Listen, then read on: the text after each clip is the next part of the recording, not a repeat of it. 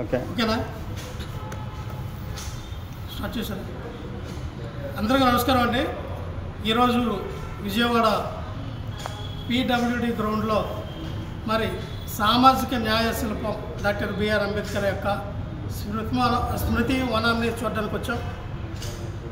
ఇక్కడికి వచ్చిన తర్వాత మరి ఈ యొక్క సర్కిల్ అంతా కూడా ఒకసారి చూసిన విధానం బట్టి ఏమర్థమైందంటే సరైన మెయింటెనెన్స్ లేదు.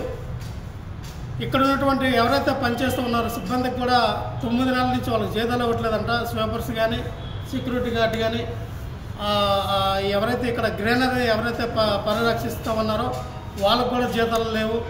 వాళ్ళు ఎక్కడ చూసినా సరే వాటర్ ఫాల్స్ ఏవైతే ఉన్నాయో కింద వాటర్ బాటిల్స్తో అక్కడ నాచు అలాగే చెత్త సదాలతో తయారైంది. ఎటువంటి నీట్నెస్ లేదు, క్లీనెస్ లేదు. ఎక్కడికి వెళ్ళినా ఒకటే చెప్తూ ఉన్నారు, సార్ ఇది మేము కష్టపడతాం మాకు జీతం లేదంటున్నారు. అలాగే ఇక్కడ మెయిన్ వాటర్ లేదు.